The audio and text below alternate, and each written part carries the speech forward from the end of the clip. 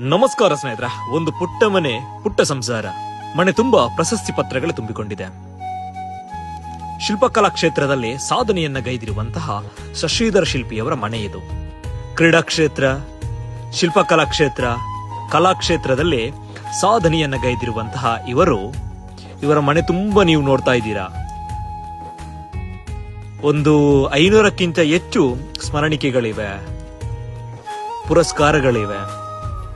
ಬೆಳ್ತಂಗಡಿ ತಾಲೂಕಿನಲ್ಲೇ ಎಲ್ಲರಿಗೂ ಕೂಡ ಇವರು ಚಿರಪರಿಚಿತರು.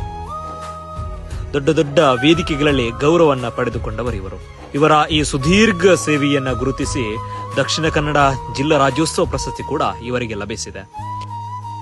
ಸರಳ ಸಜ್ಜನಿಕೆಯ ವ್ಯಕ್ತಿತ್ವ. ಯಾರೇ ಸಿಕ್ಕರೂ ಕೂಡ ಬಹಳ ಪ್ರೀತಿಯಿಂದ ಮಾತಾಡ್ತಾರೆ.